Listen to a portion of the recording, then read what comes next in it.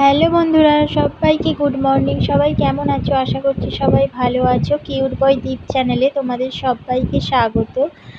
আর হ্যাঁ, তোমরা নিশ্চয়ই জেনেই গেছো যে আজকে কিসের জন্য ব্লগটা আমি স্টার্ট করেছি সকাল সকাল। হ্যাঁ, আজকে দীপ সোনার জন্মদিন। দেখতে দেখতে সোনা 1 বছর হয়ে গেল। তো তোমরা সোনাকে অনেক আশীর্বাদ করো, সোনা যেন সুস্থ থাকে, ভালো থাকে আর বড় হয়। আর তোমরা সোনার এভাবেই পাশে থাকো। তারপর সোনাকে আমি খাইয়ে দিয়ে নিচে বসিয়ে দিয়েছি, কারণ সোনা ওপরে থাকলে আমি বিছানাটা ভালোভাবে গুছোতে পারবো না। ও নিচের দিকে চলে যাবে আর আমার ওর দিকেই ধ্যান থাকবে, বিছানাটা গুছোনো হবে না।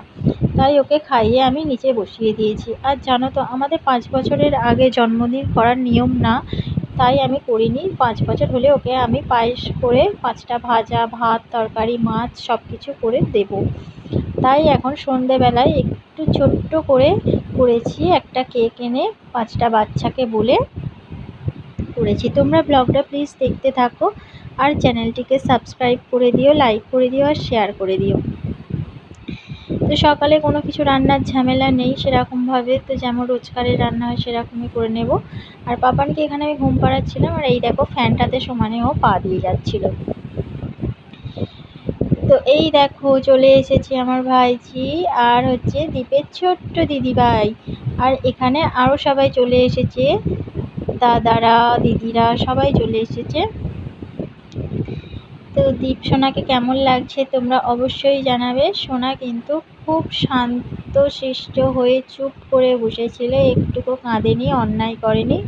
তো তোমরা সেটা দেখতেই পাবে, ও চুপ করে কি সুন্দর কেকটা কাটছিল। আর এখানে আমাকে বসিয়ে দিয়েছে সবার সামনে, আমিও বাচ্চা হয়ে গেছি ওদের সাথে।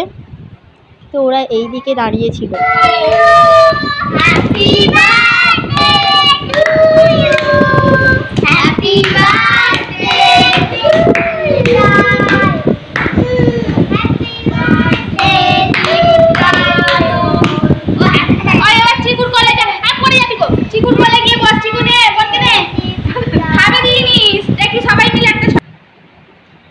আর আজকের ব্লগটা বেশি বড় নয়, এই পর্যন্তই। তোমাদের ভালো লাগলে তোমরা অবশ্যই পাশে থেকো আর চ্যানেলটিকে সাবস্ক্রাইব করে দিও, আবার বলে দিলাম।